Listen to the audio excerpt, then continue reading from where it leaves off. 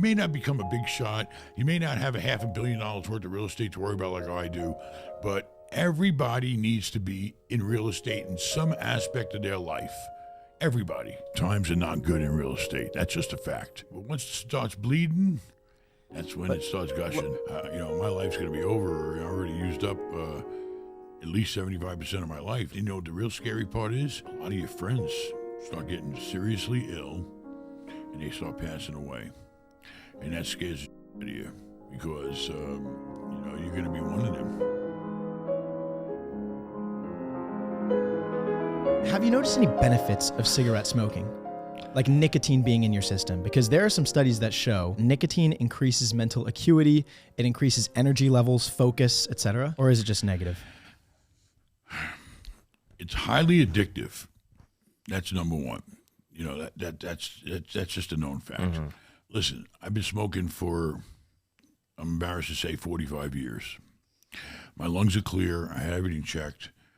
I don't know. I know people that don't smoke get lung cancer. Figure that out. It's crazy. I got a poor manager, and she's dying right now of throat cancer, and she didn't smoke.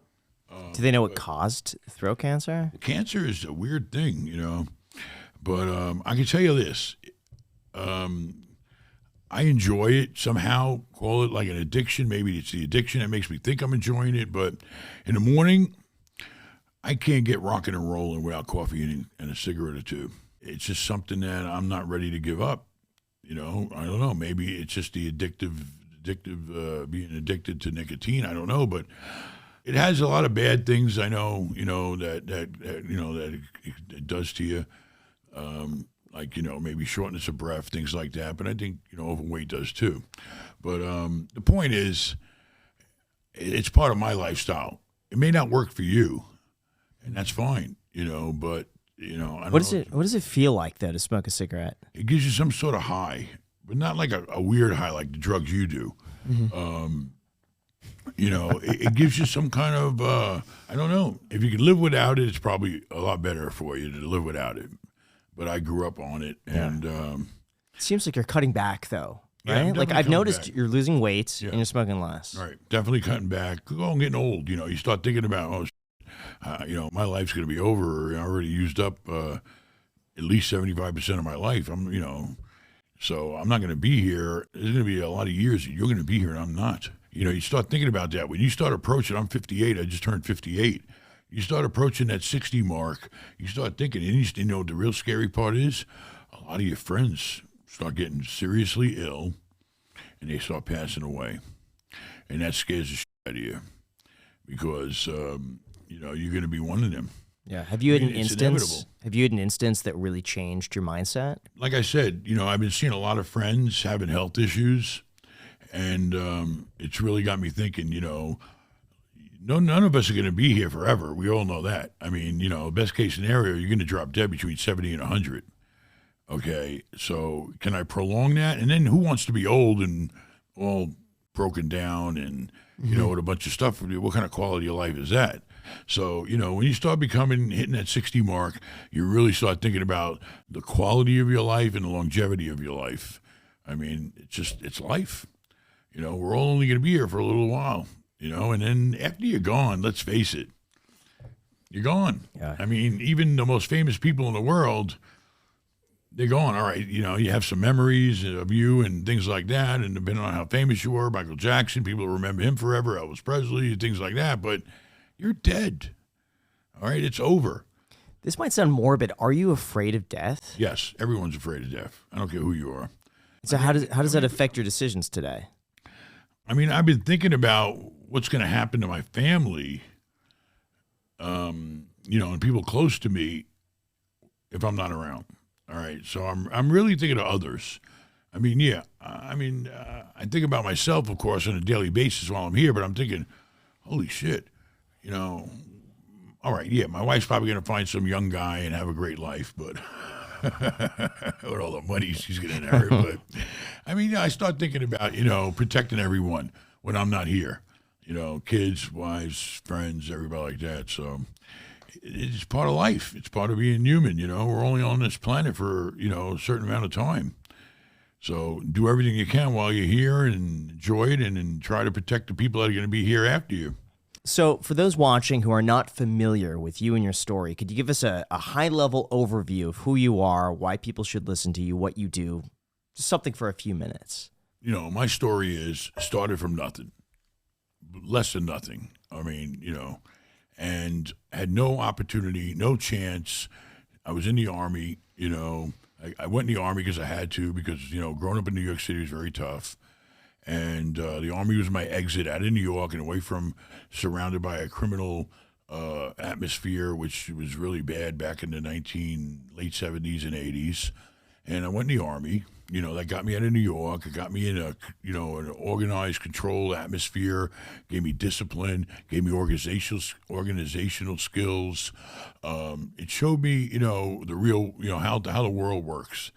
Okay, working with people, getting things done, accomplishing your missions, and it really helped me. It saved my life, because if I didn't go in the Army, I guarantee I'd be dead.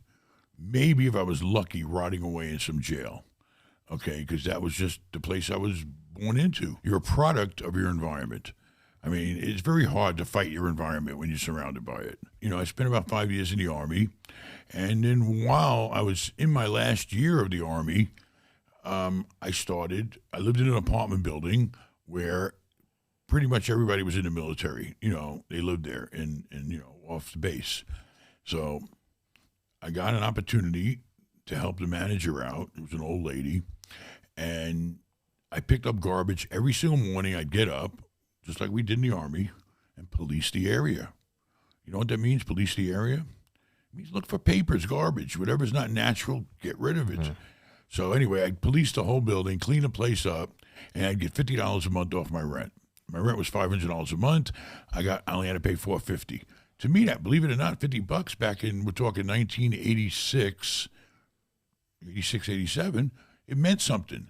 Okay, basically that's how I got my start. I did a little real estate in leasing while I was in Germany. I was stationed in Germany, and there was not enough housing for all the soldiers. So the soldiers had to go out in what they called the economy, where the Germans lived, and secure, a place to live for them or their families. And then the Army would pay you X amount of dollars towards a housing allowance. So what I did was I hooked up with a guy that I used to find a place off base, and I hooked up with the guy, and then I would bring him soldiers that needed a place to rent.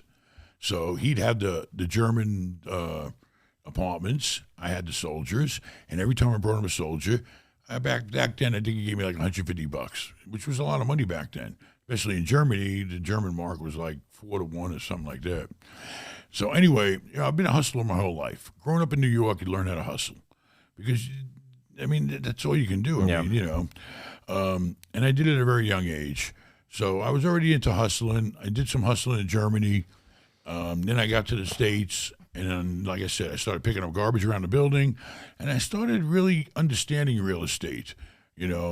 It's not very difficult, and I try to explain that to people. Real estate is very simple. All right, you're providing either a person a place to live, a business to operate in, and they pay your rent. Okay, it's a very simple arrangement that you have. So basically, I liked it. People would move out.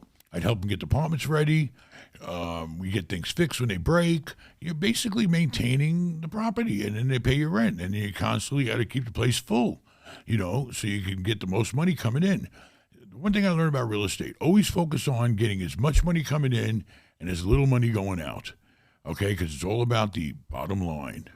And I try to just tell people and help people, listen, everybody needs to be in real estate in some aspect of their life. Everybody, okay? Because it's a necessity. Mm-hmm. Everybody needs a place to live. Everybody needs a place to work, okay? Real estate is part of life, okay? We all can't live in a tent like you used to before you make rent, And everybody should definitely try to establish something. You may not become a big shot. You may not have $500 million worth of real estate to worry about like I do, but it needs to play some sort of role in your life. And the more you put into it, the more you will make. But before we go into that, you probably can't go anywhere without hearing the term AI, and that's because it's probably the most important computer technology ever. We use it here on the Iced Coffee Hour, behind the scenes, like a lot. With all of these great things considered, the real problem with AI is that you need a lot of speed and processing power. So how can you compete without the costs getting completely out of hand? Well, it's time to upgrade to the next generation of the cloud, Oracle Cloud Infrastructure, or OCI. OCI is a single platform for your infrastructure, database, Application development, and AI needs. OCI offers 4 to 8 times the bandwidth of other competing clouds. They offer one consistent price rather than variable regional pricing like their competitors.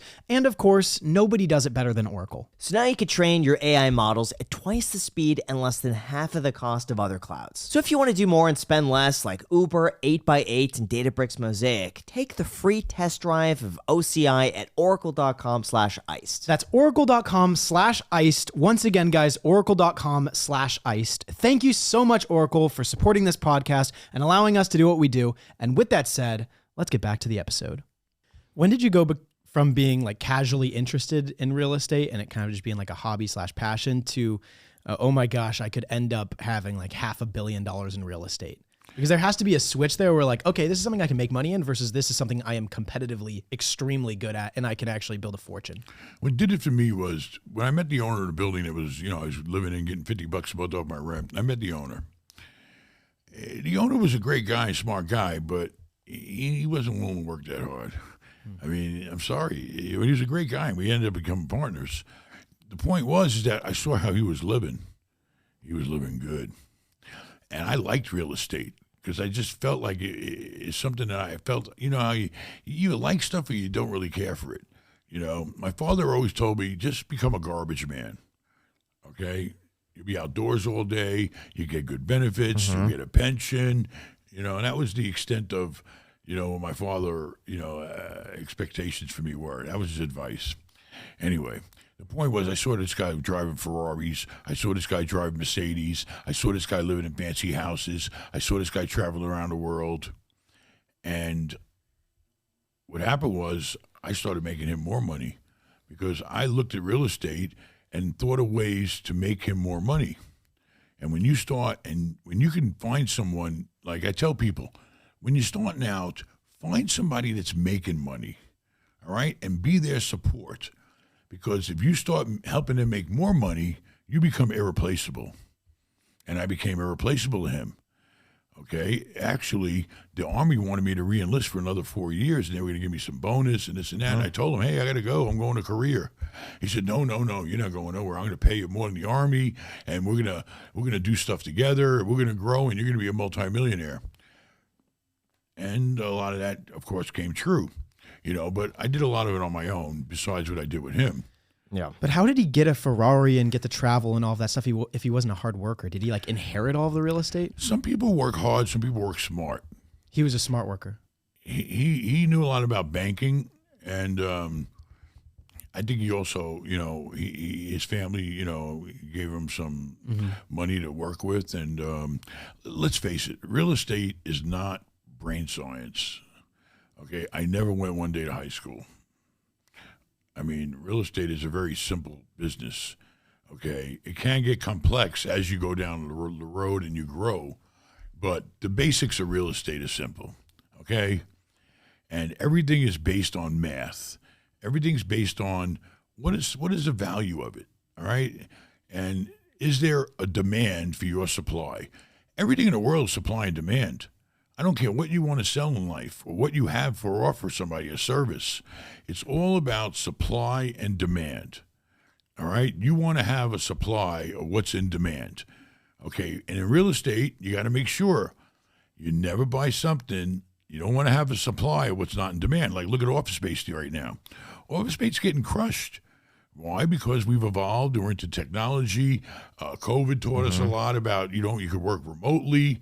Big companies are shrinking down what space they had, or they're just totally giving it up. I mean, the office sector, luckily I'm not in, is taking a major beating right now. Okay, so you want to always focus on supply and demand. Guys tell me all the time, oh, I can build a storage place, and storage business is a great business, but you don't want to buy it where people don't need it. You'd be sitting around with a bunch of empty storage, Yeah. What does your portfolio look like today? Today, we're sitting on a very large portfolio of what I like to call necessity real estate or essential real estate. I like retail, but I like retail that the internet can't hurt. Amazon can't hurt. I like, food. I like, necessity services like hair, nails, food, good, strong dentist. restaurants, dentists, medical, things that people can't go online and accomplish. Okay, that's the type of retail I like. I try to stay away from the big retailers like department stores. I've had opportunities to buy shopping malls, and I didn't do it because I was afraid of them.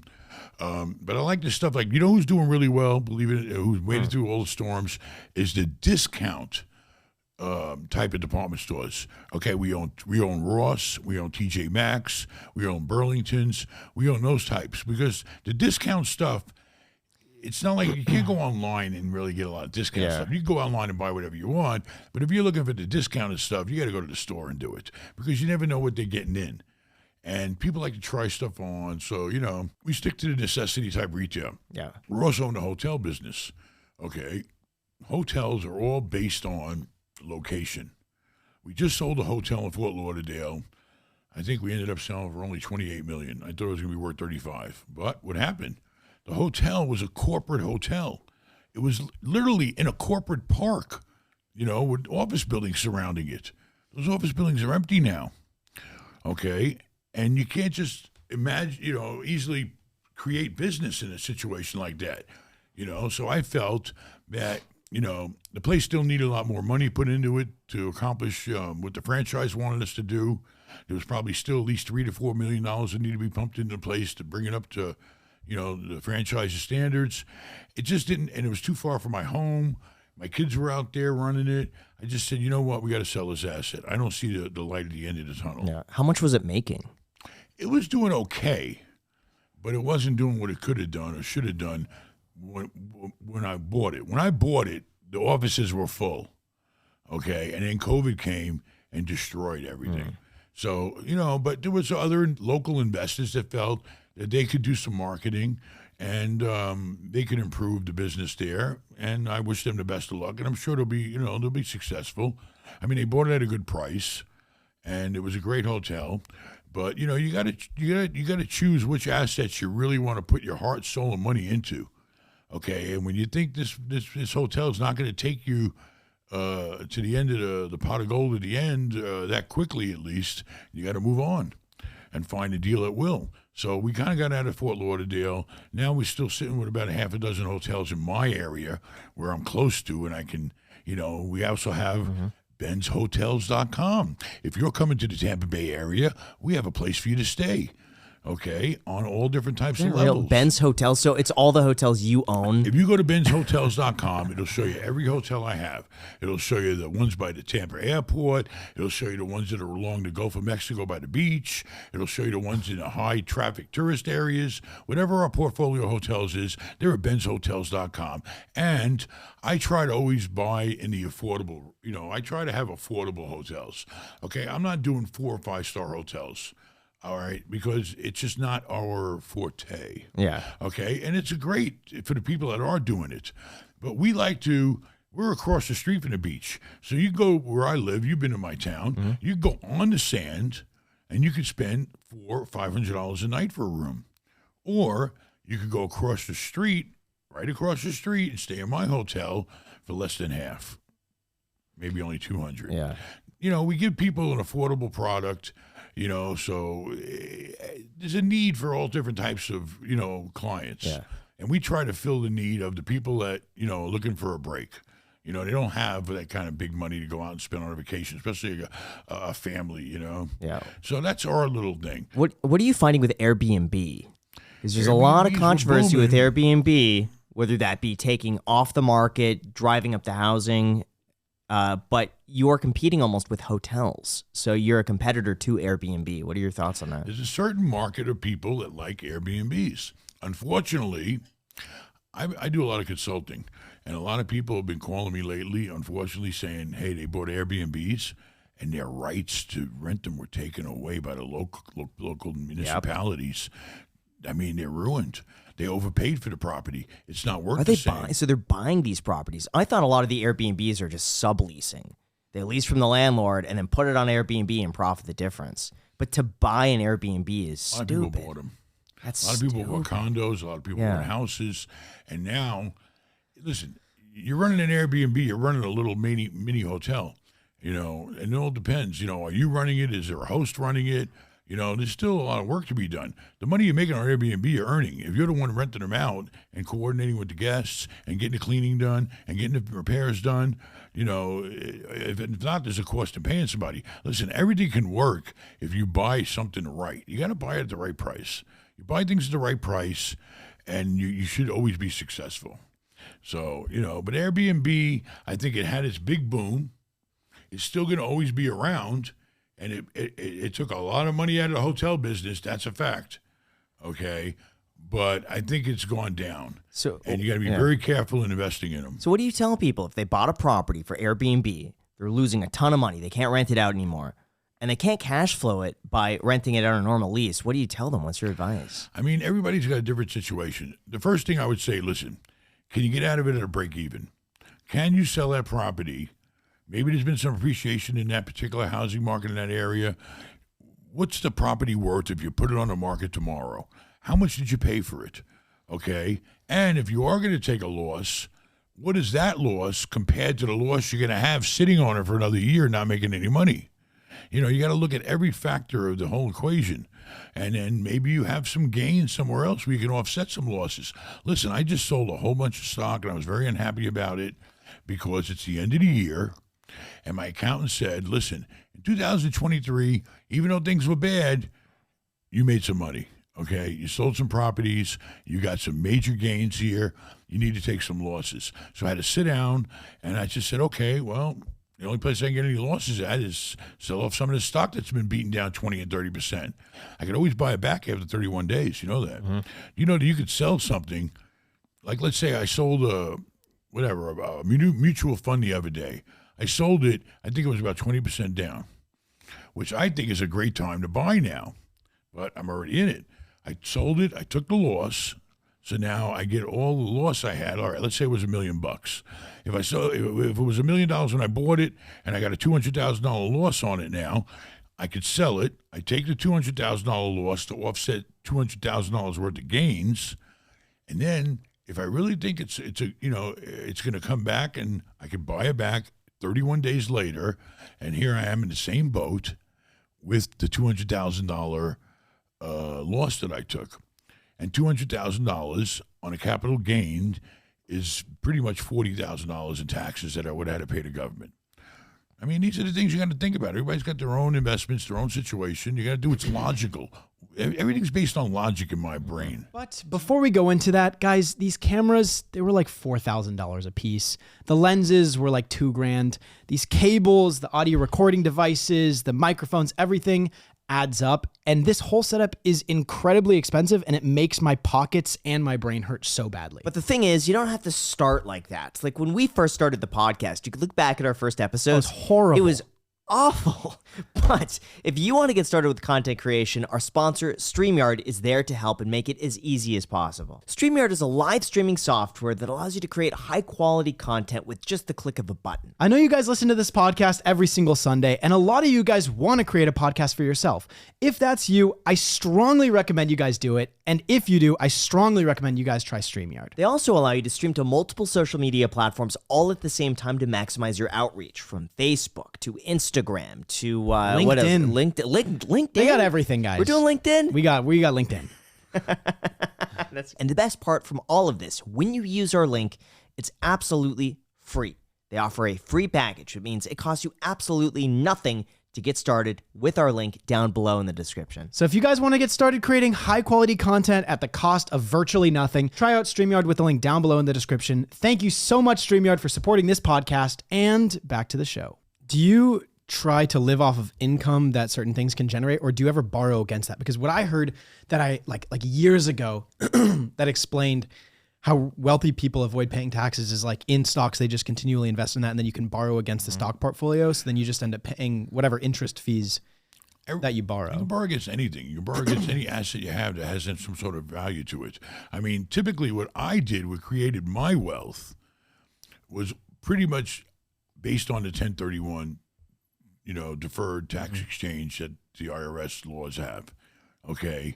Every time I had a property, I improved it, and I went and I increased the value in it, I would refinance it.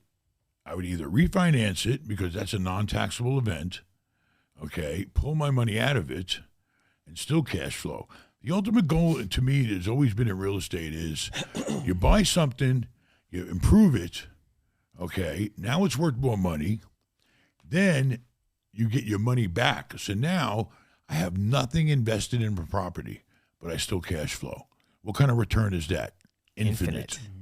So now here I am. I'm sitting with all these properties that I refinanced. I got all my money back so I could deploy it in other deals or whatever, spend it. And I'm still cash flowing. And that's great. I own businesses, real estate, without any money invested. Or if you sell it, because you have to look at, is it the right thing to do? And once you refinance and you pull your money out, all right, I'm sitting here with this property, and it's giving me a good cash flow. But everything is timing. When the market goes up, there might be even more value in it. And then again, also, when you refinance a property, the most you're going to get is 80% of the value. There's still 20% of the value still sitting there. So now I might decide, all right, I want to move, I want to raise cash. I want to do some bigger deals. I might sell it. But if I sell it, I've always 1031 into the next deal. For over 30 years, I've been doing that. I never touch the money from a sale. The money gets reinvested into the next deal. And that kind of forced me to grow. But then don't you have some like crazy tax burdens of like, let's say 30 years Oh, eventually. or something like that, where down the line it could get sold, What happens is your basis gets stepped gets up. decreased every time. You're gonna Right. the taxes you defer are counted against your basis. So yes, if I sell that plaza you were talking about for 20-something million tomorrow, my basis is probably only about 8. So then if I don't 1031, I will have to recapture $12 million worth of gain, which would be $5 million. $2.5 million tax bill. And at my age, I might be prepared to do that. Luckily, I haven't done it yet. I haven't paid that tax bill because luckily I have sons that work with me. So I keep exchanging with their help into other deals. Now, of course, it's like the mafia. You don't get out till you die. When you die, your wife gets stepped up basis. There are some trusts that I believe that also can get that benefit, but I'm working on looking into that right now. No, but the limit to that isn't at like $24 million. On the step up in basis through inheritance? Yeah. Yeah, I don't think it's anywhere close to half Or a is billion. that is it different if you give a property to your wife at passing? Does everything get stepped up, or is it up I to the 25 believe your limit? wife and only your wife can inherit everything you have with stepped up basis, but we need to verify If that's the case, everyone should make sure they marry younger. Everyone, did. and then That's you just genius. don't. Then you just don't pay the That's tax. genius. I mean, Yeah. I'm working on it. It gets complicated. When you're starting to plan your death, it gets very complicated. You need really good advice from really good trust attorneys. I and- feel like that wouldn't be the case, because then if you want to give a property to someone else, you just marry that person before dying, give it to him and then have a trust. have deed or everything something like stepped that, up, and then- and then they could sell without paying tax and then distribute the money. That seems like too easy of a But they system can only to gain. distribute the money to a point too. I think True. right now you're allowed to. I believe it's still like 11 point something million that you can gift. Yes, Lifetime the gift is gift. 11 I think point it's something million. 12 So- something now. Well, Yeah. okay, so me and my wife can gift together right now 24 million if we wanted to. But like I said, I'm not an expert in trust and things like that. I'm actually looking for people to consult with on that.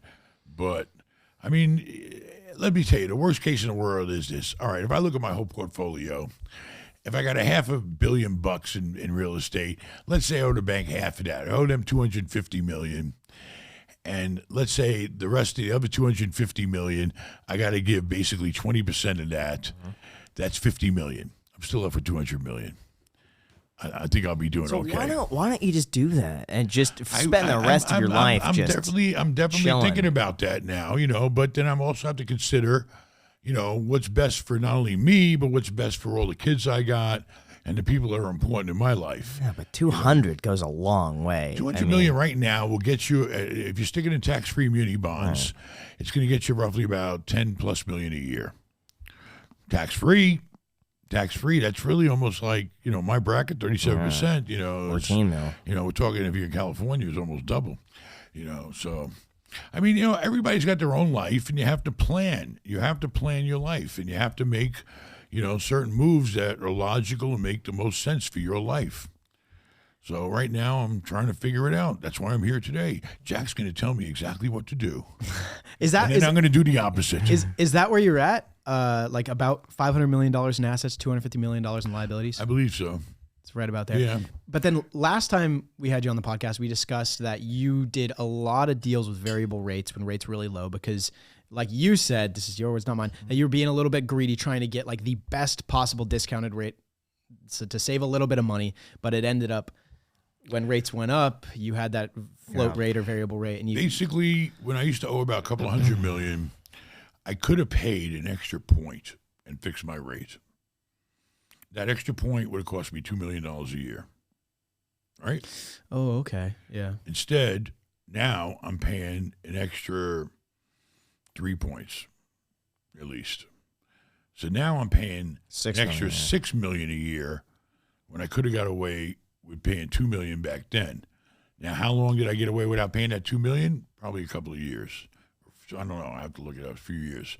I mean, listen, no one in their right mind in the 30 years I've been in real estate would ever dream that rates would go up so high, so quick. Never has ever been seen before. Okay, but right now we're sitting back what rates were at in 2007, I believe, right before the crash. And what does that mean? We may not have a major crash, but we're definitely going to have a major correction. And there's going to be opportunity.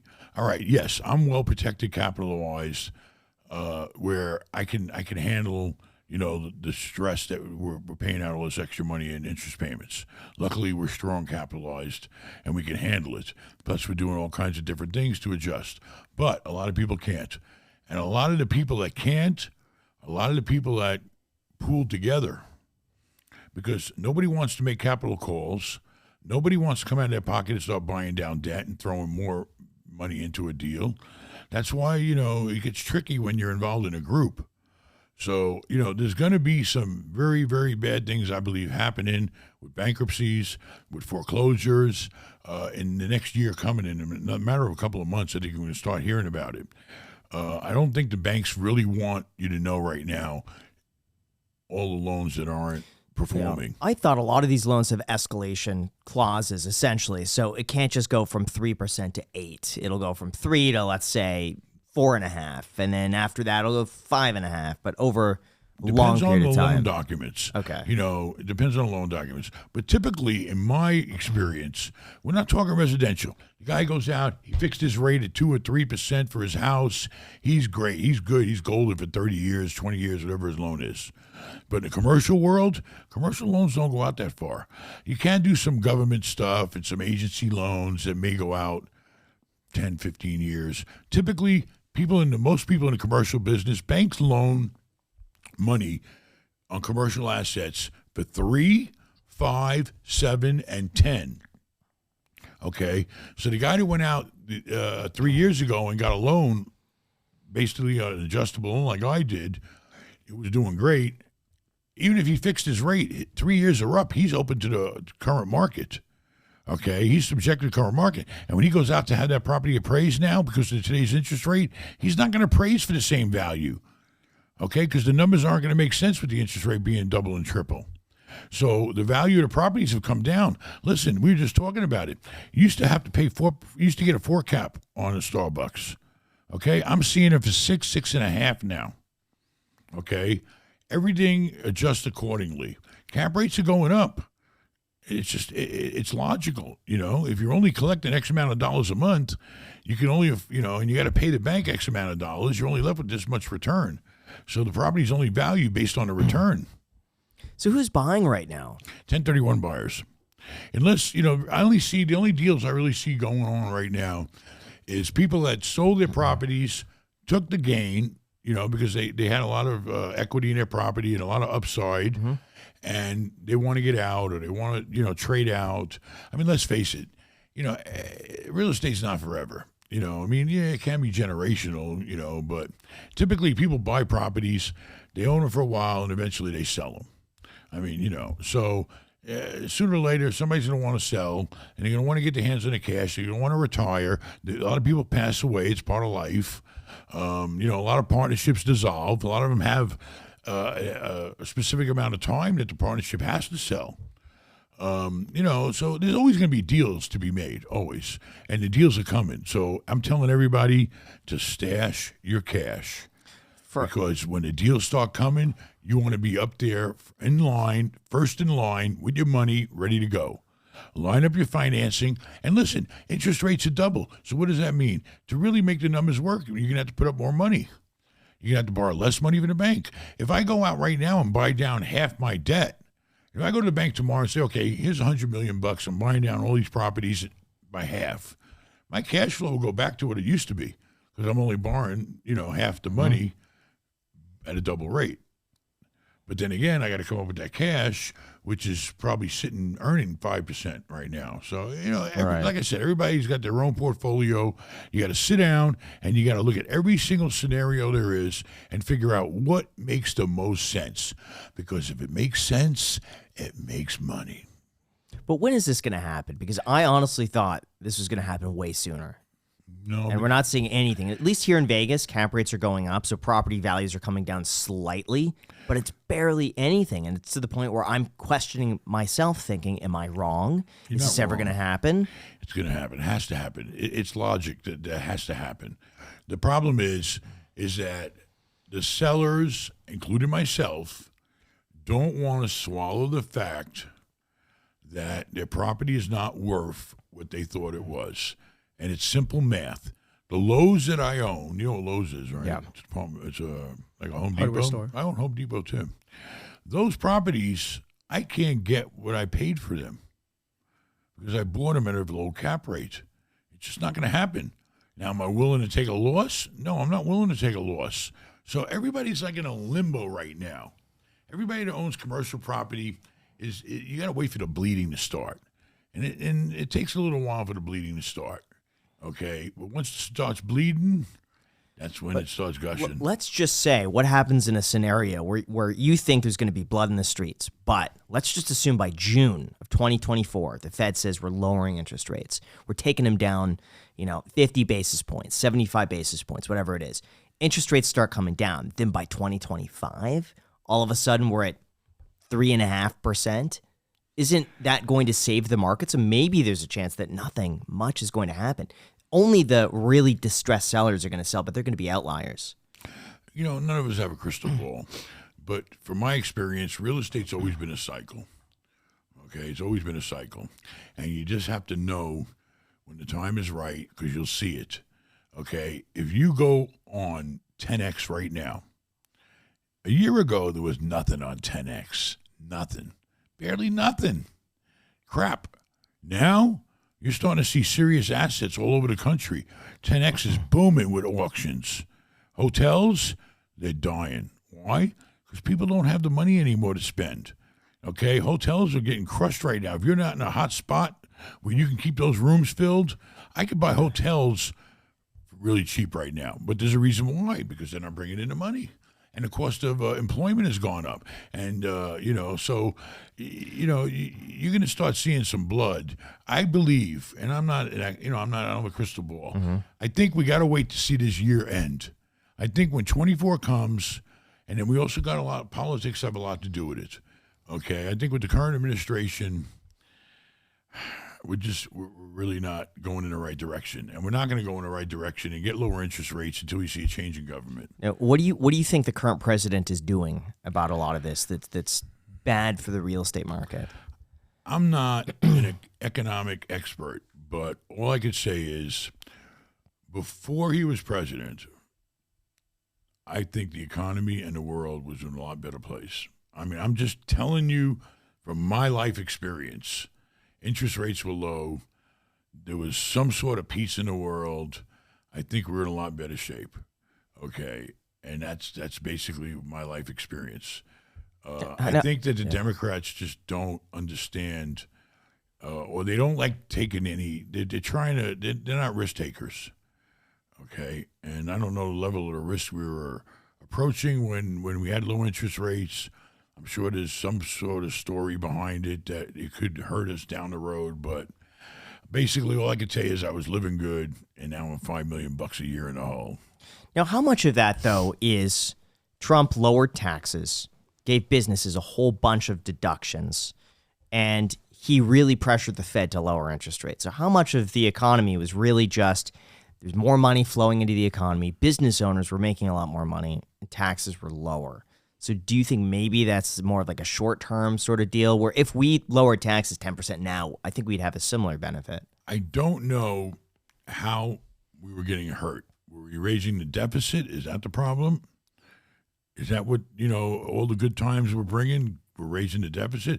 I mean, I heard on the news the other day that we only collect, I think, $2 trillion a year in taxes. But it takes how much to run the country? I think it was 5 or trillion? 6. No, I think it was like 5 or 10? 6, but they collect 4. I think there was a $2 to $3 trillion a year deficit, and that's just being added to the national debt. With rates as high as they are now, I think now the national debt is costing more than defense. So now I think it's a game of chicken of how long could that continue before eventually they got to lower rates or they got to come out of pocket a ton of money. Well, I know one thing. It's a known fact that mortgages are at an all-time low, right? Mhm. People aren't buying homes right now. And I think that's like the foundation of people's lives. Being able to work and buy a home for your family and have some quality of life, I think is very, very important. And it's almost really much impossible for an average middle-class person now to go out and buy a property to live in. So, I don't know. I don't think it's good. And then the banks aren't making any money. Let's face it. The banks aren't making any money right now.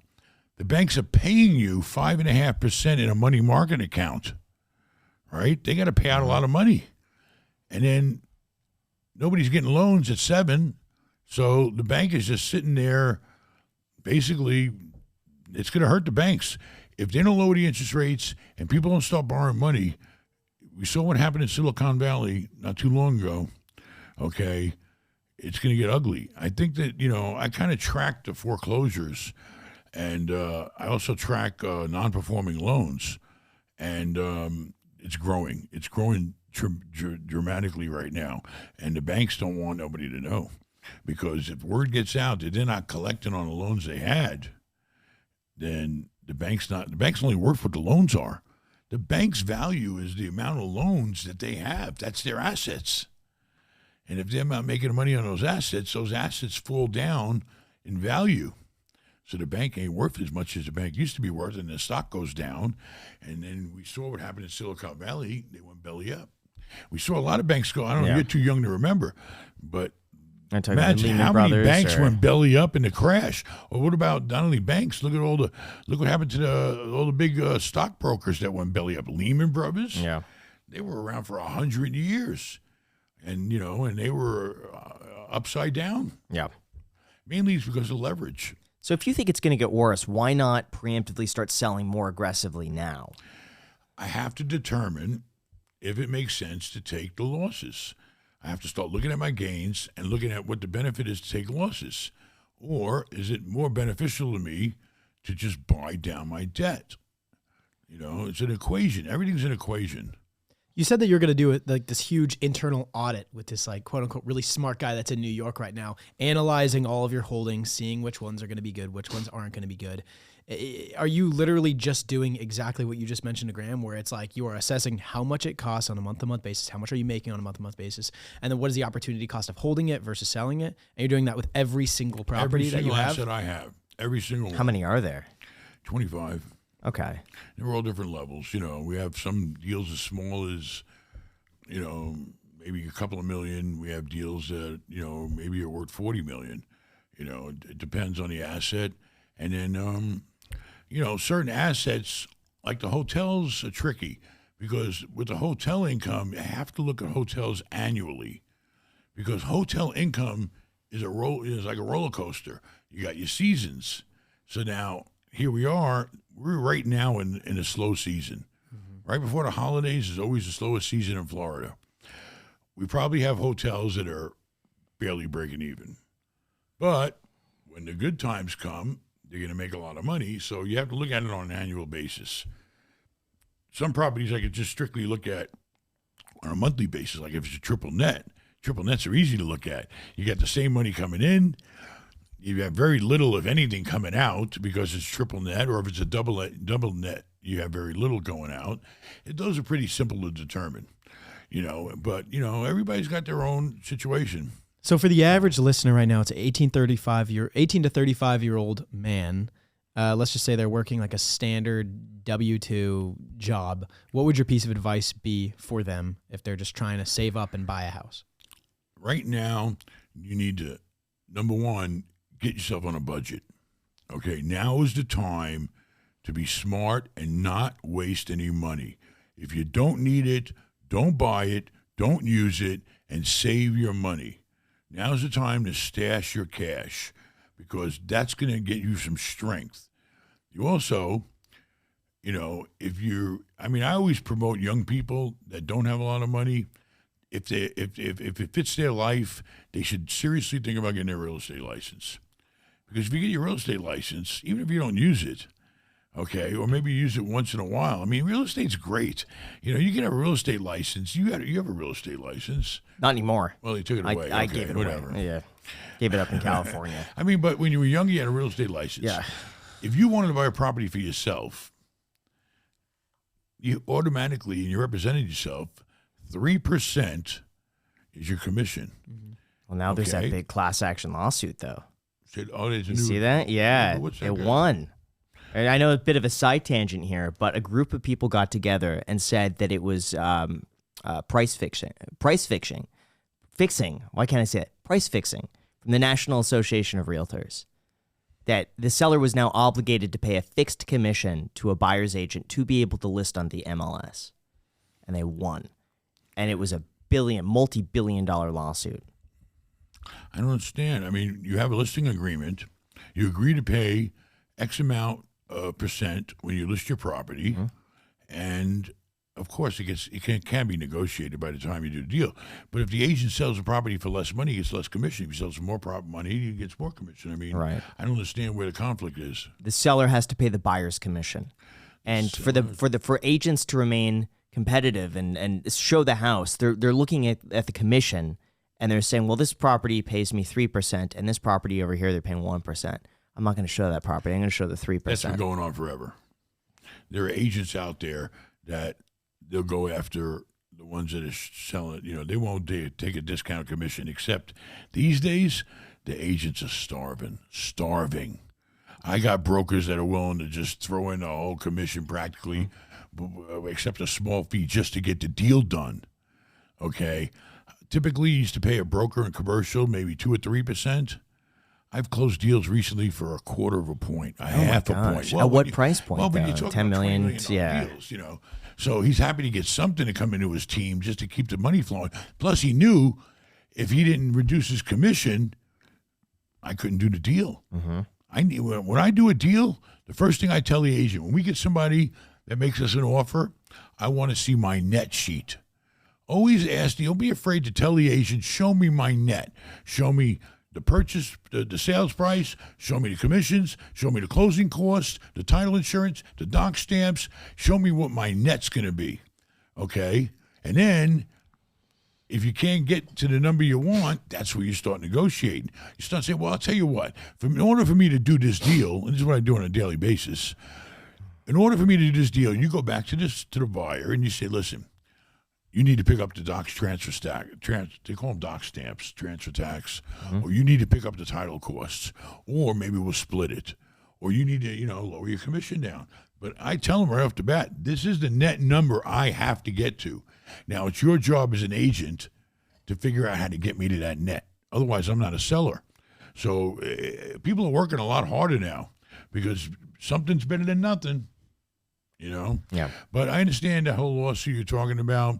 But typically, it pays to be a real estate agent if you're starting out, because you still can get a commission as the buyer. Okay, typically houses are listed with a 5 to 6% commission. The buyer gets half, the seller gets half. So if you qualify for an FHA mortgage, it's 3.5% down. If you're a real estate agent and you're 3% commission, you only got to put 0.5% down. Am I right? Yeah. There you go. That's how you get in the door without putting a lot of money down. We were talking before about mortality and how you said, like, once you eclipse, when you're nearing 60 years old, or when you eclipse Stop thinking it, about it. It's natural.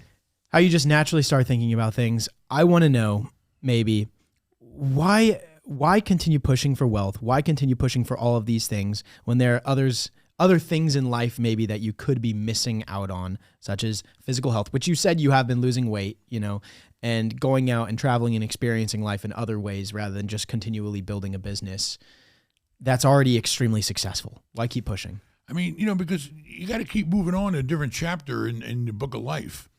Right now I got to determine, listen, I'm not the type of person that wants to work, until the day I drop dead. It's not me.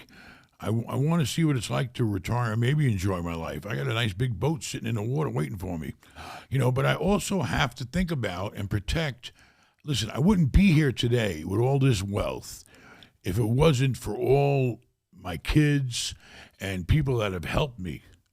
Okay, so I have to come up with a plan that's going to enable me to live out the rest of my life comfortably, and also protect the people that helped me get where I'm at today, mainly my children, and make sure they have enough wealth so they can keep growing if they choose, or be protected. You got to protect the people that took care of you. That's a fact of life. But that is a lot of protection. I think for a lot of people, even giving $1 million to their kids would be like, hey, they're set, Most of my kids are already multimillionaires, but, they're hungry and they're, I think back, my oldest son is 38, I believe. He's 39. He's like 19 years younger than me. I think back and I remember when I was his age, I pretty much had what he has now. Okay. And he has an extreme hunger and desire to go to the level that I'm at. And he has every right to. Okay. And so does all my kids. They all have the right. They've earned the right to grow their wealth in their life as much as they want, just like I did. They learned from me. So, I have to just make sure that they're set up to be able to do that. And if they have a problem, call me. I'll be on my boat. So what's your plan with that? To be able to set them up in positions where they can take their advantages that they have and pursue the lives that they want, how will you adjust your own life to be able to set them up for that? I mean, the ideal situation for me, I think, is take the best assets I got, which they are partners in some assets. Take the best assets I got that are really long-term assets that you should probably think about keeping for the long term, and incorporating them as partners. So if I'm gone, nothing changes. Basically, they're partners, and that's the end of that. They keep getting the same income they've been getting, and then my share will be distributed accordingly, between wives and my wife. And I say wives, I'm crazy. it's just something you're not telling us about. There's only She's one in wife. the viewing room right now. Only one wife, believe me. Okay, yeah. It'll all work out. I'm seeking out the best legal advice I can get, and trying to get the plan going, because I am afraid I'm getting older now and I need to have a plan in place. I could walk out this door right now and drop dead on your doorstep. You got insurance? I do. We renewed our policy. We have what they call a master policy that covers all our properties. Insurance is doubled in Florida. They're making us pay for the hurricanes. You know what's crazy? We can put this in here. You know what's crazy is that I was shopping around for insurances lately because I really want to consolidate everything. Right now I have like 5 different policies with different carriers. It was a nightmare to coordinate. So I'm bundling everything together, and 3 insurance companies said they would no longer insure California properties. They're done. They said, nope, we hit our quota. We're not taking on any more. And these are companies that, like, 4 years ago, no problem. They're not insuring California. They basically said you have to stick with what you have because you're not getting anything else. And I called in my existing insurance carrier and said, No, you're grandfathered in, but we're not taking on any new policies. Why do they not want California? They say it's unprofitable and it's too expensive to insure. They're losing money on How California are they losing property money on California because property? wildfires, property damage, crime, houses are costing so much money to rebuild. Construction costs are through the roof. And Permitting, it's the lawsuit zoning. capital of the world. Yes. There's so much risk for world. insurance companies in specifically California. Florida, I believe, is just a lot of natural disasters. California is just like political reasons, zoning. There's so much trouble with that. They want a policy. It's wild. And lawsuits are getting ridiculous now. It's getting way out of, it's crazy. How do you think we can reform that? Or do you think it won't? The problem is that the insurance companies settle too quick. Legal fees go through the roof. It's a mess, and a lot of it is fraud has a lot to do with it, but the courts are just too generous, I mean, listen, if somebody has a legitimate claim, I believe they should be paid. Okay. But it's gone nuts. It's gone totally crazy now. I think we just settled a claim for a slip and fall for $500,000. And I honestly, because the concrete, when I bought it, was already painted in a walkway area. And we didn't know, there was nothing wrong with that. And it was raining and a person slipped and fall and they got $500,000. The insurance company just didn't want to fight it. And it wasn't even that much damage to the person.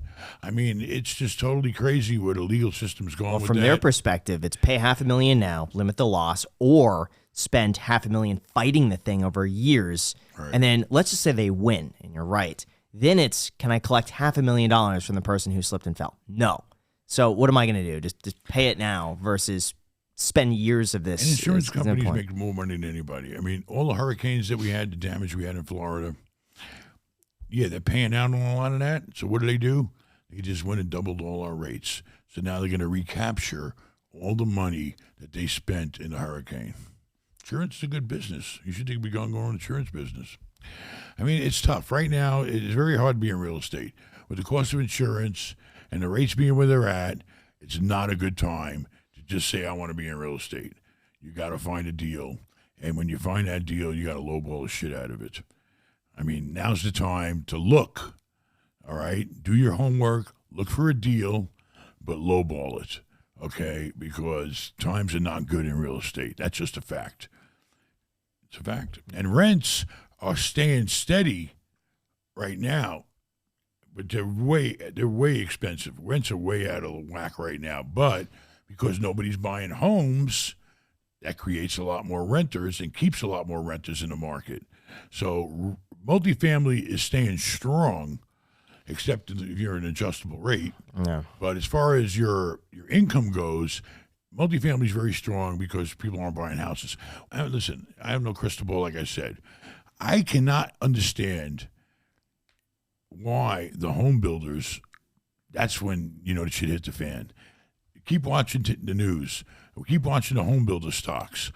I can't imagine how these guys, because all these homes that they go out and they develop 1,000-unit, development. They're doing that down the street. Toll Brothers. When they started years ago with the planning on that. Their budget, everything was years ago when times were great. Now, the same person they thought, how much the house is going for down here, the new developments? In the new one that they're building, I think they start at 1.7. 1.7. And that's, 1.7. Now, if somebody goes out, let's say they do have the 20% down, because that's like a jumbo loan, right? Yeah. All right, so 1.7 is $340,000 down. These people still got to borrow about $1.4 million. When they first plan on selling these homes to people, when they got to carry a loan for $1.4 million, the rates were 3. Okay, what's that, about $40,000 a year? Mm-hmm. Now it's double that. People don't qualify. They don't qualify. Yeah. They're not going to be able to sell the homes. Well, here's what I'm finding. In terms of the rental market for housing, it seems like a lot of sellers who don't want to sell because they locked in that 3% mortgage, they're putting their home up on the market for rent. And because their cost is so low and because they've got such a low basis, they don't need to rent it for that much. So I'm finding rents, at least here in Vegas, are really coming down. Same with Los Angeles. Well, a lot of rents protection. Are really just Your coming only down. protection is either keep the house and wait for better times to come and rent it out, pay my mortgage, pay my taxes, pay my insurance. That's how a lot of people got through 2008.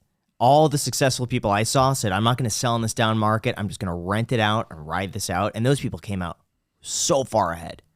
Right. They didn't have to sell. They didn't sell. Who's buying your properties now? Is it true that BlackRock is going through these big institutional investors? They're buying up all the houses. What's your experience? I believe it's the opposite. From what I'm seeing is all the big shots, like BlackRock that put up all those homes, they're now selling them. They're getting out because they don't cash flow. I mean, to my knowledge, all the big shots are selling right now. I just tied up 2 deals. Well, hopefully tomorrow I'll be on a conference call and I'll get the deal finalized. I just bought 2 apartment buildings from a very, very large company. And I believe I'm buying them really right. I'm buying them for probably, I believe, 30% less than what they would have received 6 months or a year ago. So How much are you paying for them? I can't tell you. There's still people out there. I didn't sign a contract yet, but I believe I'm buying it for 30% less than what the market would have paid. The reason why I'm getting them at a discount, because there is no market for what I'm buying. And I always had the advantage. I can compete with Wall Street. When I say Wall Street, I mean the REITs and the big shot Blackstones and BlackRocks and all these big shots. I can compete with them because of terms. I don't have anybody to answer to. I can come in with the strongest terms you ever seen. I could sign a contract and say, okay, give me 3 days for due diligence, where everybody else has boards to answer to and all these layers of approval they have to go through and all this. I got the money, okay? And I could tell my sons, listen, go out there and inspect that property. They'll walk every single apartment. They'll go through every income and expense item, and in 3 days we can knock it out. And I can go hard with $1 million. That's the edge I have by being, no one to answer to and having my own company. So I'm starting to see the deals coming. Trust me. All the deals. There was all these beautiful complexes around my neighborhood in Tampa Bay area that were up for sale. All right, and they were all, they're like 180 a door, 200 a unit. The rents are only like $1,600 a month, $1,700 a month. The numbers didn't make sense. None of them sold. None of them. There was like 10 of them. All these big fancy complexes with 10 to 200 units in them. They're not getting. They couldn't sell. Now the sellers got to go back and rethink. Well, we missed the market, just like I missed the market on that house. Now what do? Do we keep the property? Or do we discount it and lower the price and get the hell out? It depends. It depends on the ownership structure of the property. Are there partners? Is there debt coming due soon? Loans come due. Balloon payments come due. It all depends on what kind of loan you have. But now with the new insurances rates going through the roof, people are taking loss. They're bailing. And then, also the taxes are actually... What I'm finding, I'm learning more about taxes, property taxes, is like right now, the new tax bills came out, right? Mm-hmm. They're called trim notices. They come out and they tell you what your taxes are probably going to be, and they're due in January. You do get a discount if you pay them in November or December, and then January, and then you get charged late fees if you pay them in February or March. They're due by March. They're good for January to March. Anyway, long story short, the counties are basing the values on last year. That's dangerous. Huh? Last year, because you pay taxes in arrears. Okay, when I pay my tax bills are millions of dollars. Okay, when I pay my tax bill, that I get a discount paying. In fact, this month I have till the end of the month. Mm-hmm. But those tax bills have all been jacked up based on what their appraised value they did back in January. So now here I am. I'm not making that kind of, the properties aren't worth that, but my tax bills have gone up a lot. So I got taxes against me. I got insurance against me. I got high interest rates against me. It's all the pieces that fall into the puzzle of disaster. It seems like you kind of like the stress about it, though. There's an aspect where you see it as a bit of a challenge, because that, for me, would screw with me, and I'd just be done with it. But, I don't know if likes it. All I know is I can't sit back and cry about it. And I have to think about what can I do that's logical, that makes sense to improve the position I'm in now, or deal with the stuff that's happening to me. Wherever there's a problem, you have to come up with a solution in life. I don't care what it is. Whether it's any problem you got in life, you got to come up with a solution. It's just like, if you can't get along with somebody, you know what the solution is? Get the hell away from them. Simple. I've been trying, is right here. You won't go away. Change the lock. Change your number. I like that theme. That's a theme that we've been seeing like over and over again, I feel like, on the podcast, which is like, it doesn't matter whose fault it is, but it's only your responsibility to improve the situation that you're in. That's it. It's like all these countries aren't getting along. Leave each other alone. You stay in your space and stay in my space, and fine, you can't get along, then just leave us alone. I do it all the time with people. If I can't get along with somebody or I feel like they're detrimental to my life, I just don't deal with them. How often does that happen? Do you cut somebody off? I cut people off whenever it's necessary, and it could be family members. It could be anybody. Life is too short to have any kind of, what we call in the hood is drama. Save the drama for your mama. Because she's the only one that's going to put up with it. But what sort of thing would make you cut someone off like that? I mean, if they're doing something that's going to hurt me or anybody in my world, I got to leave you alone. Listen, honestly, I don't even have any hard feelings. But I've noticed in my life stays peaceful because I don't associate or deal with anybody who disturbs the peace. Okay? That's the way I live. But how do you set the emotions and the ego aside and base all of your decision making strictly off of what is practical and logical? How do you do that? Because a lot of people are ran by their emotions, right? And like by other people saying, no, you should stick with this person. You should keep this person in your life. This is what society is saying. I give people chances. People screw up. I've screwed up. Okay, we all screw up. All right, but then you have to look at the severity of the screw up. I mean, if somebody keeps screwing up, listen, I got no time to go backwards. I got to move up. Okay, this elevator only goes up. I'm not going down. So you gotta stay away from negative people in your life. You gotta stay away from people that don't have the same interests and desires that you have. Listen, I don't care how rich somebody is. I'm very, very. My closest friends in the world don't have nowhere near the money I got. Okay, it doesn't matter. Money, when it comes to interacting with other humans, you either get along with somebody and you live in peace together, or you don't. And if you come across people who are negative or, could cause you issues, because, association, you get in a lot of trouble just by being associated with the wrong people. I mean, it's a fact. You got to look at your whole world and keep all the bad stuff out of your world. Focus on the positive and focus on getting ahead. Focus on your family, You think you learned some of that with your experiences in the mob, which was what you alluded to earlier? I It's wasn't like really in the mob. They fired me. They did me a favor. They fired you? I was young, and they wanted me to go out and do collections. Oh, and, right. The whole story about they wanted me to go collect from a guy who was a deadbeat, and then they wanted me to hurt the guy. And I'm not a violent person. I mean, yeah, I'll defend myself, but I can't just go out there and be that type of person to hurt people, because they just like they borrowed his money and then he didn't pay him. Well, how's hurting him going to help?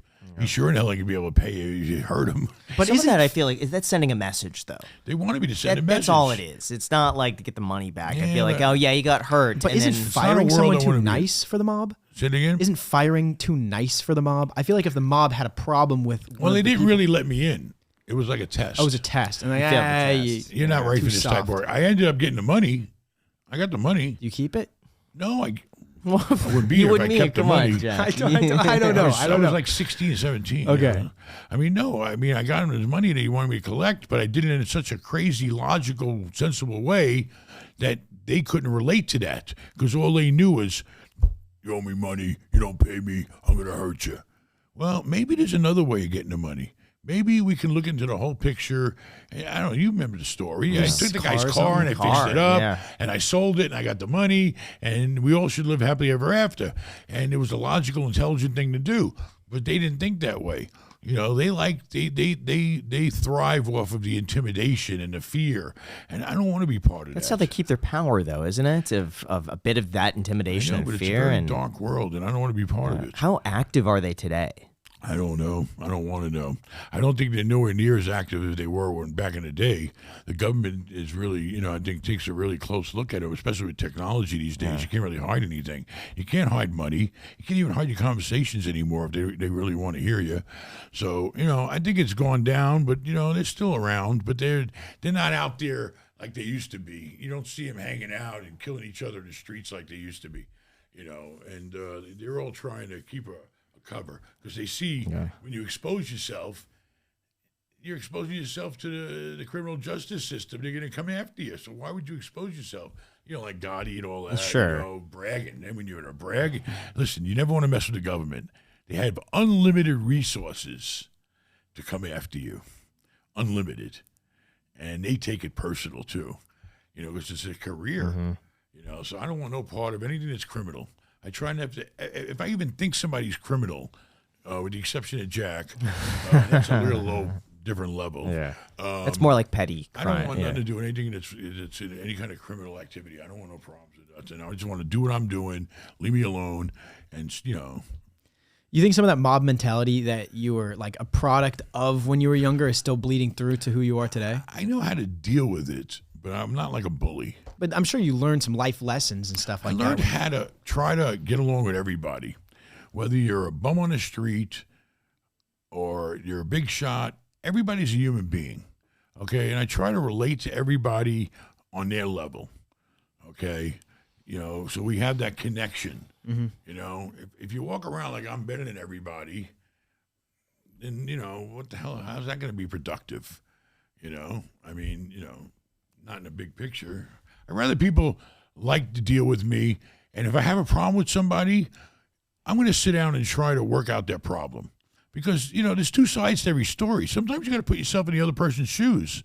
I've had people, say things to me that they felt were unfair, or that they were treated by me unfairly. Well, I'll tell you what. You got your side, I got my side. All you got to do in life with another human being is find a common ground where you're both satisfied. And typically money solves that problem. The only problem we have in this world today is, religion. How does money solve the problem? When have you used money? Because money is what makes everybody. Money is what your life is all controlled by money. I mean, honestly, you need money to survive. You need money to do everything in life. You can't live without money. Okay, you need money to eat. You need money to live. You need money controls everything. But how can you use money to solve a personal matter like argument between two people? What are you talking about? You ever heard of divorce? Couples do it all the time. Yeah, but it doesn't solve the relationship. Money doesn't. There's no more relationship. The money, you give somebody some money and you separate the relationship and you move on and live your own life the way you want. Right, okay. It makes him feel better. Like if he's feels like you got something out of the deal, you just get kicked in the curb. If I say to you, listen, I don't want to deal with you no more. Okay? But we have had some history together, or you do have some sort of, you feel you have some sort of rights or something like that. All right, here's some money. Have a nice life. You go your way, I go mine. We all live happily ever after. Like imagine someone cuts you off in traffic, and they're just like, "Oh, here's $100."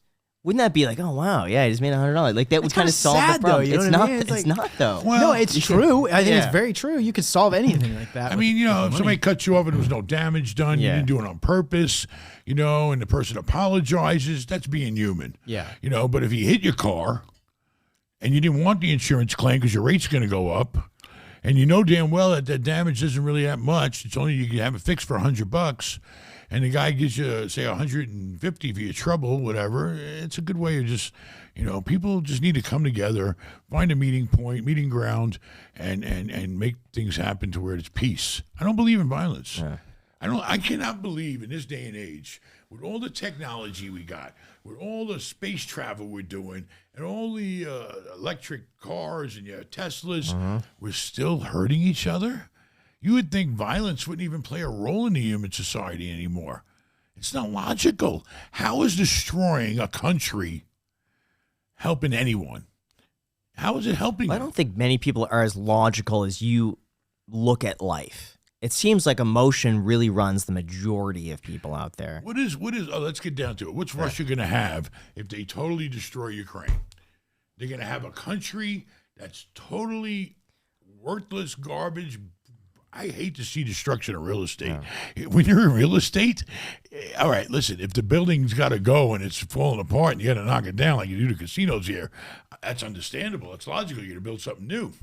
But to go in and destroy families and people's lives and things that have been existing in for many, many years, where is the reasoning in it? Where's the reason? That's not solving the problem. Crushing somebody is not the way to do it. It's better, you find a common ground. Find a solution that works for everybody. Violence, it's not humanly, it should be a part of our society anymore. I'm sorry. I know it sounds nuts that I'm saying that, but I don't feel that anybody should have any reason, yes, the person that, if you're defending yourself, well, that person that you're defending yourself from shouldn't be violent to begin with, so you wouldn't have to defend yourself. We got a lot of issues in society. We need to focus on, taking all the violent people that we do have and trying to either correct them or do something with them, but we need a nonviolent society. I think, I've been to other countries, and it's scary. The governments are some of the governments in these countries are very dangerous. You go to China, you say the wrong thing in China, you're in big trouble. Come on. I think the difference is that and I feel like Graham and I are probably pretty similar. It's just too logical. I know. You know what I mean? You can't relate to the average person. It's like, we are animals. We are driven by our animalistic instincts and our emotions and our desires. We gotta control them. And stuff like that. Our brain should take control over our emotions. It should, 100%. Okay, we have brains that have created all this stuff. You know how the world has progressed in the past 50 years alone? It has gotten better, right? We still have... In many ways. I think for a lot of people, all it takes, one trigger and people lose their temper, and they could do one thing that they throw their lives away over. I think, unfortunately, I'm sorry to say, people may not like me saying it, I think religion, when it's taken to the extreme, number one, I don't care what anybody believes in. You could sit in a corner and stand on your head. As long as you're not bothering nobody, if you think that that's your life and you enjoy it, it makes your life peaceful or content, and be my guest. I don't care. But when you feel like you have to force your beliefs on someone else, okay, and you're willing to go to violence to do it, a lot of these religions, they're practicing traditions that went on thousands of years ago. We're a lot different human beings than we were 1,000 years ago. Okay, let's get real now. It's fine. You want to believe in something. See, I'm also with me. You got to prove to me. I'm the type of person I need to be proven. Okay, you can tell me this person exists or this exists and that exists. Prove it. I want to see it. What do you believe in when it comes to that? I just believe that we're all here for this little amount of time on this earth. All right, we're intelligent, and we need to keep progressing to be, get along. Everybody should get along. All right, we're all not going to be filthy rich. All right. Yes, the world does need people to be landscapers. The world does need people to do all sorts of jobs, and that's the world we live in. But everybody should be treated with respect. Okay. If everybody just respected each other and everybody got their own space and respect, the world would be a perfect place. I don't know why we can't accomplish that. It just doesn't make sense. We got AI now. AI. That's all I hear about is AI. At the convention I'm at, AI. Let me talk to AI. It's funny. Pretty soon, I think actually, are we doing the sponsor where they're able to take your face and then make that into a video, and they take your voice and face and it'll look just like you. So you could be speaking right here as AI. We could do the whole thing. You train the model, and we could just have a conversation with you. And you can control what I'm saying. There's a podcast out there. I'm not going to say which podcast, but the audio got messed up. We've already posted it. It did very well for us. And we ran the entire audio track through AI, and then an AI voice regurgitated in more clarity the entire transcript of the podcast, matching each person's voice. So if you guys want to try to figure out which one that is. I don't even know which one it is. Could you say it and we'll bleep it out? Sure. It was Justin Waller. No. The entire podcast was AI. Are you serious? Yep. We use AI on the Iced Coffee Hour. No. I had no idea. Yep. It's all AI. It's not actually It our sounds voice. That's one podcast. I'm not going to say which one it is. Yeah. Guy last night no, told me he can do a book. He said I can write a book totally with AI. Yep. I mean, Simple. that's I'm that's in awe, that's why man. a lot I had of the no idea. entire thing's AI. Yeah. Why? How bad Because was it? we had buzzing. So like you could remove sounds that are input actually and record it into the track. So like a lot of the times, I don't know if you guys won't care about this, but it's kind of interesting.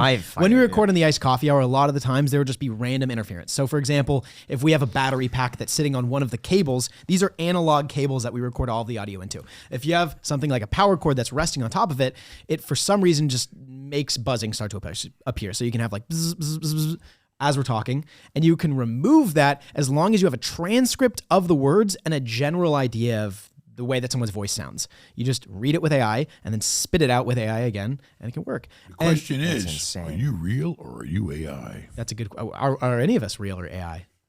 If anyone's AI here, I would say it's probably you. Yeah. You're AI. I know. Yeah, I know. We do this with. No, he's just artificial. He's just. I know we do this There's with no some intelligence. of our TikToks. So what we'll do with AI, and this is incredible, is Josh, who runs our TikToks, sometimes wants a good hook in the beginning because you got to get people in the first second. And he'll say, Graham, could you just repeat into the mic, say this one phrase, and I'll say it. And then what he could do is he could take my face and make it look as though I'm saying exactly that on the TikTok as a hook, even though I've never said that on camera before. I don't even realize when I'm doing it or when I'm not. Sometimes I could slightly point it out if I know the specific one, you could kind of tell. But if you don't pay attention, I would have no idea. It's scary. It's insane. We've used it for titles of videos. We've used it for guest research. Before we shoot with someone, we just ask AI, like, what are some interesting topics we can talk to so-and-so It's about? good. Some of them are good. We used to do And these he's long using it for introductions. online dating now. Yeah. He's I'm finally getting dating an some AI dates. now, so that's... Dating an AI. His AI is going to somebody else's AI, and now they're going to have AI together. Oh. Yeah, it's cool. I want to know. This could get me in a lot of trouble, but I'm just going to say it. We're talking about being logical, rational. That's how you go through all of life's problems. Now, I have had a girlfriend before, and when she came at me with certain issues, a lot of times I would try to solve them. I would be like, here, this is the rational and logical way of solving this issue, and that would not yield the best benefit. Usually, that would really upset her. So how do you navigate relationships? Let's say. Listen, I'm going to get in a lot of trouble for this, but it Money. doesn't work with women. It only works with business and numbers and deals. If it has to do with a relationship with a woman, you could throw logic out the goddamn window. Okay. This is anecdotal, guys. This is not, general broad sweep. It's I just tell when you're in a relationship, basically, I'm going to be married 20 years next month. When you're in a relationship, you finally figure out basically the simplest way to deal with your wife is just agree with her. agree with her. But what if it's something you really disagree with? You just don't want that, whatever it might be. Do you still agree? Or when do you decide when to push back? I don't know. I typically agree. Unless it means it's going to cost me a lot of money. I'll cry poverty, but... But you're fine bending your principles of it had to be something really serious. I mean, listen, every relationship is different, I mean, me and my wife are 100% opposite. There is not one thing in common between me and my wife. How did it work out in the first place? Because maybe being opposites really works. I don't know. My wife's a lot younger than me, so she likes to, do everything a younger person likes to do. She likes to party. She likes to, have a good time, which I used to do, but I'm older now. She likes to go running. She likes to work out. She plays tennis. She worries about things that I could care less about, what we're eating, or, we're opposite in every possible way you can imagine. Okay? And somehow it works. What bonded you two together then? Was it physical attraction and then everything else followed suit? Well, for me, it was physical. I don't know if it was for her. I think it was physical for me, and she saw opportunity with me, but, I mean, I don't know. All I know is that, we've been accepting each other and putting up with each other for almost 20 years. And, her world is totally different than mine. Totally different. We don't work together. I don't get involved with her world, with the house, the kids, or the day-to-day stuff. And I focus on making money, and we enjoy a lot of time together. What do you guys do together? Oh, I mean, we go out on a boat. We'll take the boat all over the Bahamas. We'll take trips. We do whatever, go out to dinner. We go to parties, whatever. I mean, we have a social life, but we're total opposites, Can you see me playing tennis? Come on. So you just agree with the wife in the situation. But she also agrees with me. It's like she's got her department and I got my department. Okay, she's not going to come in and say, okay, listen, you need to sell that hotel. It's not going to happen. She's not going to, she's not going to cross into a world that Has she's she ever not part of. tried? No, I don't recall her ever. Like a house? Like she sees something stressing you out for a while. We just bought her sister a house. Yeah. Okay, because we sold a hotel in Fort Lauderdale. Her sister's moving back home. She's taking over all my beach property hotels. And we need to find a sister a house. So, to me, I told my wife to handle it. Well, of course, that didn't work so good. But, because her sister wanted one thing, she wants another. It's not good enough for my sister, blah, blah, blah. Anyway, long story short, I told my wife, listen, do it, whatever you feel best as far as a house I go along with, so. Why not rent the house? This is the one for 1.2. Yeah.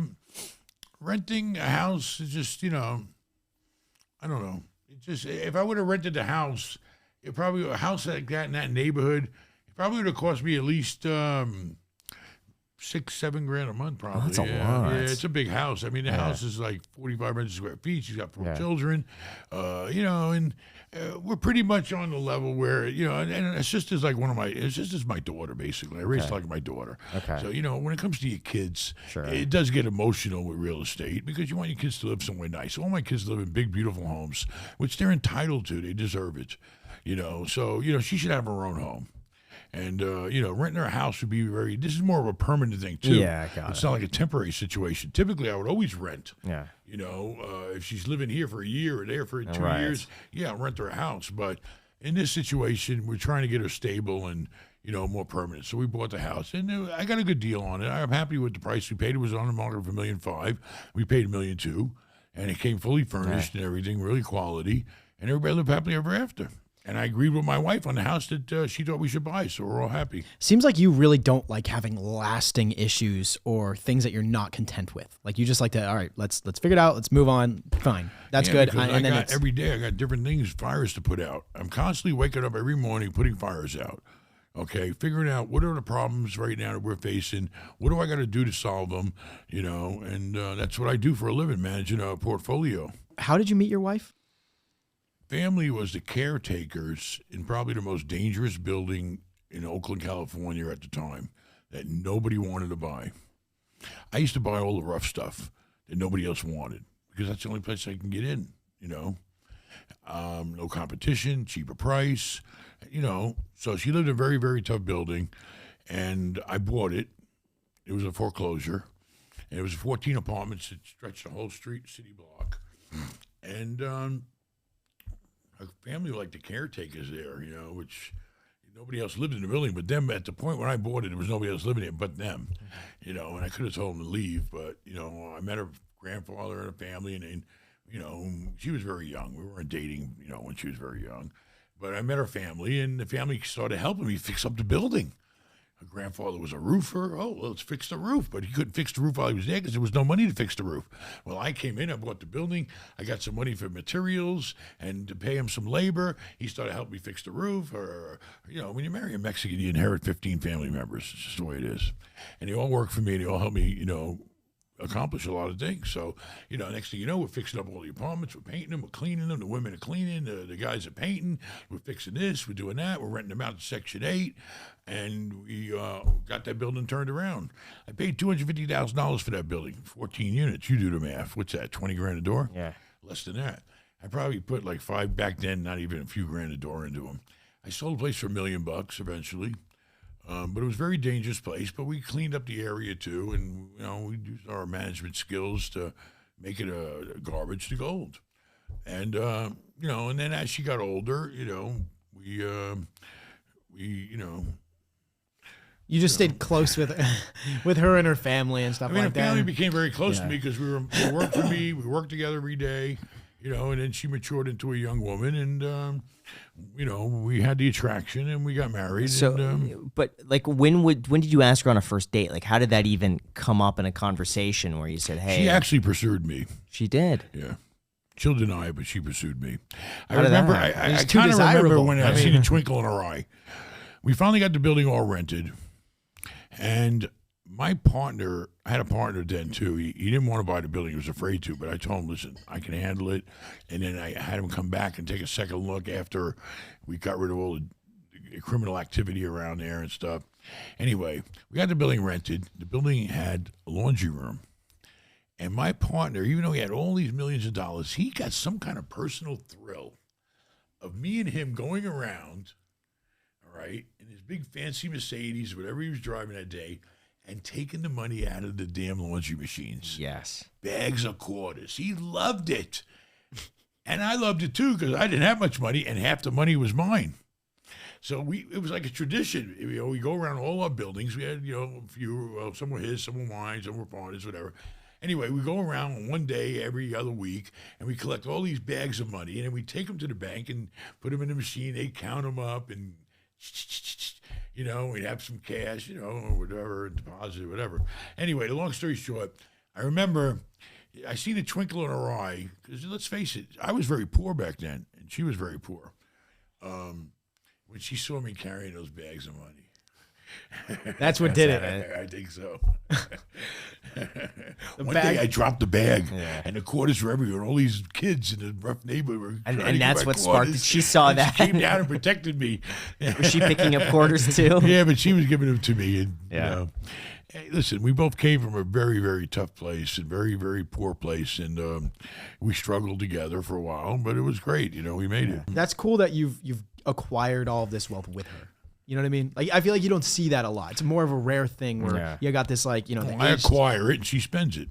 but the she's age good. difference, with the wealth and everything. Listen, everybody's different. It worked for us. It doesn't work for everybody, but it works for us. And we, she's helped me raise, children from previous. I helped raise her daughter. Her sister. It's been a weird situation, but we both always work together and try to do the right thing for everybody. Is there anything you guys disagree about? Or for the most part, do you just agree with whatever she wants? No, we disagree. Everybody has disagreements, but nothing that serious. She might want to buy a $6 million yacht, and I'd rather find a bargain that's worth, I can buy for $2, that's worth maybe $3 or $4. And we have our little disagreements, but we always work it out. We always find a middle ground. We always find a meeting place. She's always going to complain about what I'm eating, but that's good for me. Do you feel like you need to eat a little bit healthier for her, or is it all just? Well, I need to take care of myself so I can, do it for everybody else, And then, she's the drinker and I'm not. We're opposites. I don't drink. She drinks. Why do you not drink? It puts me to sleep. That's what it does to me. Puts Too. me I to get sleep. Vodka tired. Red Bull. She starts No. drinking tequila and she's drinking margaritas and all. She's ready to party, baby. Me, I'm. It's just the way it interesting. is. Andrew Huberman did a whole podcast on the effects of alcohol, and he noted that in people's brains, you either have the type where they drink and they get really energetic, or the people who drink and it puts them to sleep. And there's something in your brain that you just process one are you? alcohol. Sleep. Me too. Yeah, me, I go right to sleep. It's terrible. It's really bad. I have I go one drink and I'm straight to just sleep. It makes me tired, not I want to feel- drink. But if you continue You to should drink, drink then. if you continue to drink, past the point of being tired and like everyone's all excited, then I can get the energy. Yeah. But my default is just like I slump and I just go on a too. couch. If there's a You know couch what? nearby, and I fall It asleep. might be 20 minutes where I have a bit of energy, a bit more talkative, but then immediately after it's sleep, unless I just keep drinking. But yeah, if you keep drinking, then you can get the Yeah. energy. But I like want to be 3-4 rude, drinks. but I got to go. all right. Yes. Okay. Is there anything else that there's to? Anything else you want to cover? Okay. The real deal is this. Get ready. Because what's the worst thing that happen? It doesn't happen because you got ready. Get ready. Seriously. Deals are coming. They have to. Trust me. I'm watching cap rates going up. Now's the time to start looking and watching and lowballing.